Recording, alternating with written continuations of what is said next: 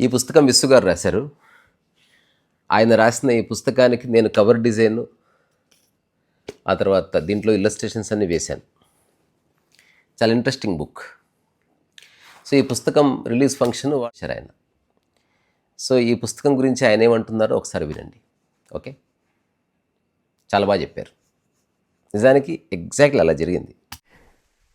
ఎలాగ మీ అందరి చేతుల్లో పెట్టాలి అని ఆలోచించినప్పుడు నేను ఎప్పుడో చిన్నప్పుడు నుంచి గీసుకున్నటువంటి కొన్ని అర్థం పర్థం లేని గీతలని చాలా గ్రేట్ ఆర్టిస్టు అంటే ప్రతి గీతలోని కూడా ఒక సజీవ చైతన్యాన్ని నింపగలిగినటువంటి ఒక సర్వసమర్థుడు నాకు తోడయ్యాడు, మిస్టర్ కాంత్రిసా. Very great artist. ఆయన ఎవరో నాకు తెలియదు, ఆయనతో నాకేం పరిచయం లేదు. నేను ఆయనతో మాట్లాడిన మాటలు కూడా చాలా తక్కువ. రేసా, మీకు నేను క్షమాపణ చెప్తున్నాను, మీరు అడిగింది ఏది నేను ఇవ్వలేకపోయాను. నేనే ఆయన దగ్గర నుంచి అంతా లాక్కున్నాను. కాసేపు మాట్లాడదాం విసు గారు అంటే, లేదు సార్, ఐఎమ్ సో సారీ, నాకేం తెలీదు. ఎందుకంటే నా చైతన్యాన్ని మీరు ఎక్కడ చూస్తారంటే ఓన్లీ సత్సంగంలోనే చూస్తారు మీరంతే. ఈ సత్సంగ్ దాటి నేను కొంచెం లోపలికి వెళ్ళిపోయానంటే నేను ఈ ప్రపంచం చేత వెలివేయబడినటువంటి వాడిని. నేను ఒక ధైర్యమైనటువంటి పిరికివాడిని. నాకు మనుషులంటే చాలా భయం. మనం మన జీవితాన్ని ఎంత గొప్పగా డిజైన్ చేసినప్పటికీ కూడా అది ఏదో వాళ్ళ అదే అవుతుంది. మనం ఏమి డిజైన్ చేయకపోయినా అది ఏదో వాళ్ళ అదే అవుతుంది. ఎందుకంటే ఆ సౌందర్యం నాకు బాగా తెలుసు. అందువల్ల నేను ఒక ధైర్యవంతమైన పిరికివాడిని. నేను ఎప్పుడూ ఒక్కడిగా ఉండటానికి, ఒంటరిగా ఉండటానికి ఎక్కువ ఇష్టపడతాను. నేను అందరిలో కలవడానికి నాకు ఎక్కువ అంత ఇష్టపడను. నా టైం 2 to 4 అంతే, వారానికి ఒక 2 గంటలు అంతే. తర్వాత నేను ఎవరు అందుబాటులో ఉండను, ఎవరిని నేను కావాలని నేను రిక్వెస్ట్గా ఇక్కడికి తీసుకురాను, ఇక్కడి నుంచి ఎవరిని పంపను. రేసా గారు ఈ పుస్తకానికి చేసినటువంటి ఒక గొప్ప సేవలో ఒక అద్భుతమైన సంఘటన ఉంది. ఒకసారి హైదరాబాద్లో మేము కూర్చుని ఉన్నాం. నేను కూర్చుని ఉన్నప్పుడు ఇది ఉన్మత్తం, దీన్ని రకరకాలుగా డిజైన్ చేద్దాం అనుకున్నాను నేను. సో నేను ఫస్ట్ ఏమనుకున్నానంటే ఈ పోయమ్స్ అన్ని ప్రింట్ చేసేసి ఒక కార్బన్ పెన్సిల్ తోటి ఎక్కడ పడితే అక్కడ పిచ్చి పిచ్చి గీతలు పెట్టేసి దాన్ని ప్రింట్ చేపిద్దామని అనుకున్నాను. ఇది ఒకటి కాన్సెప్ట్. రెండవది, ఈ పుస్తకం అంతా కూడా ఒక పూర్తిగా అంటే అసలు ఏమాత్రం కూడా అవకాశము లేనటువంటి ఒక లోయలో పడిపోయినటువంటి వాడు వేసేటువంటి ఒక ఆర్తనాదాలతో నింపుదాం అనుకున్నాను.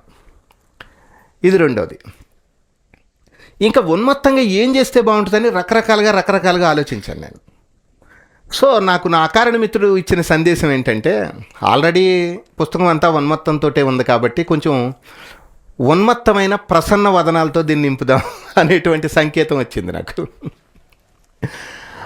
ఆ సంకేతాన్ని తీసుకుని నేను సార్తో జరిపిన సంభాషణ ఎలా ఉందంటే, సార్ అన్నారు, నాకు నచ్చినట్టుగా నేను చేసి ఇచ్చేయమంటారా, దీన్ని డిజైన్ చేయమంటారా, మీకు ఎలా కావాలితే అలా చేసేయమంటారా అన్న. నేను వారితో చెప్పాను, అయ్యా మీ కళకి నేను విలువ కట్టలేను, నన్ను క్షమించాలి, నేను చెప్పినట్టుగా చేసేవాడు అన్నాను. అంటే ఆయన అన్నారు, అయ్యో అలాగే చేద్దాం అన్నారు. ఇవన్నిటికీ అనుసంధానంగా రాధ ఉంది. నా ఇన్నర్ ఇంటెన్షన్ చెప్పాలి. ఇప్పుడు నేను చెప్పింది ఎలా ఉందంటే, ఆయనతో మాట్లాడినప్పుడు ఆ ఇన్నర్ ఇంటెన్షను మీకు దానికి క్లీన్గా డీటెయిల్గా కావాల్సితే రాధ చెప్తుంది. అసలు నేను చెప్పింది పిచ్చిగా చెప్పాను ఆయనతోటి. ఏమని చెప్పానంటే, ఒక స్త్రీ ఉండాలి, ఒక పురుషుడు ఉండాలి, ఇద్దరు న్యూడ్గా ఉండాలి, చేతులు కాళ్ళు విచ్చలవిడిగా కదులుతూ ఉండాలి. అది ఈ కుడి చేయి కదులుతున్నట్టుగా ఎడమ చేయికి తెలియకూడదు, ఎడమ చేయి కదులుతున్నట్టుగా కాళ్ళు కాళ్ళకి తెలియకూడదు, వీళ్ళిద్దరూ కదులుతున్నట్టుగా ఇద్దరికి తెలియకూడదు, కానీ ఇద్దరిలో ఏ సౌందర్యం అయితే ఉందో ఆ సౌందర్యం మాత్రమే మొహంలో ఉండాలి తప్ప ఈ కదలికలు మొహంలో ఉండకూడదని చెప్పాను నేను. స్త్రీ అవయవాలన్నీ పురుషుడికి ఉండాలి, పురుషుడు అవయవాలన్నీ స్త్రీకి ఉండాలి, అది కంప్లీట్ న్యూడ్గా ఉండాలని చెప్పాను నేను. చెప్తే ఆయన ఫస్ట్ నాతో అన్నమాట, ఇది ఆర్ట్, దీన్ని ఒక స్టాటిక్గానే చేయగలుగుతాము, ఇందులో కదలికలు ఉండవు, ఇది సినిమా కాదు కదా అన్నట్టుగా ఒక ఎక్స్ప్రెషన్ ఇచ్చారు ఆయన. ఇది ఒక వీడియో కాదు కదా అలా ఉండటానికి. ఎందుకంటే మేము చాలా జాయ్ఫుల్గా ఎంజాయ్ చేసాం. రాదా? అవును కదా, చాలా జాయ్ఫుల్గా ఎంజాయ్ చేసాం. ఎందుకంటే ఈచ్ అండ్ ఎవ్రీ సెకండ్లో నా కారణ మిత్రుడు లోపల నుంచి తాండవం చేస్తున్నాడు. వాడు ఇప్పటికీ ఆ తాండవాన్ని ఆపలేదు, ఎప్పటికీ ఆపలేదు. బహుశా ఈ సృష్టి తదనంతరం కూడా వాడు ఆపడేమో, నాకు తెలుస్తుంది అది. అక్కడ అట్మాస్ఫియర్ అంతా కూల్ అయిపోయి ఆయన అర్థం చేసుకున్నారు. ఒక ఆర్టిస్ట్కి కావలసినటువంటి లక్షణం ఏంటంటే అర్థం చేసుకోవడం. అది సహజ జీవనం తలుకు వైభవం అది. మీరు అపార్థం చేసుకోవడానికి పెద్ద కళ అవసరం లేదు, అర్థం చేసుకోవడానికి చాలా గొప్ప కళ ఉండాలి తెలుసా. అపార్థం చేసుకోవడానికి మీకు ఎలాంటి కళ అవసరం లేదు, అర్థం చేసుకోవడానికి మాత్రం గొప్ప కళ ఉండాలి అది. ఆయన ఒకసారి ఆలోచించి ఆయన అన్న మాట ఏంటో తెలుసా, సార్ అయితే ఇప్పుడు నేను కొంచెం ఆ ఉన్మత్తంలోకి వెళ్తాను, అక్కడి నుంచి గీస్తాను అన్నారు. అబ్బా చాలా బ్యూటిఫుల్ అసలు, నిజంగా అబ్బా అసలు వెరీ గ్రేట్ అసలు. ఎందుకనంటే మీకు ఎప్పుడు చూడండి, ఎప్పుడైనా సరే నేను ఎప్పుడు ఒక విషయాన్ని నమ్ముతాను నేను, మీరు ఎలా ఉంటే మీకు అలాంటి వాళ్ళే తారసపడతారు. ఇందులో ఏమి సందేహం లేదు, ఎలాంటి వాళ్ళకి అలాంటి వాళ్ళు దొరుకుతారు అంతే.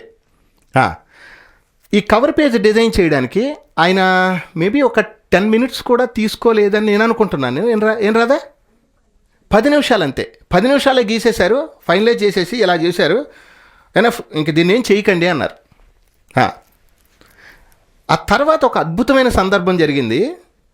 నేనేదో పిచ్చి గీతలు గీసుకునేవాడిని, నాకేమీ అంత నేనేమో ఒక బేసిక్ ఆర్టిస్ట్ని కూడా కాదు. నాకు కలర్స్ అంటే ఇష్టం అంతే, ఏదో పిచ్చాపాటికే గీసుకుంటాను. నేను ఒక బేసిక్ వాటర్ కలర్ ఆర్టిస్ట్ని. నాకు ఆ రంగులు కలపడం కూడా తెలియదు. ఎందుకంటే నాకేం పని, నా అకారణ మిత్రుడు లోపల నుంచి కలుపుతున్నాడుగా.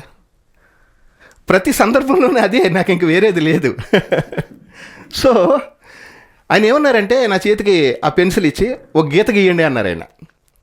ఆ గీత గీస్తే ఆ గీత ఇది, ఈ చివరి గీత ఈ గీత ఇలా వచ్చింది.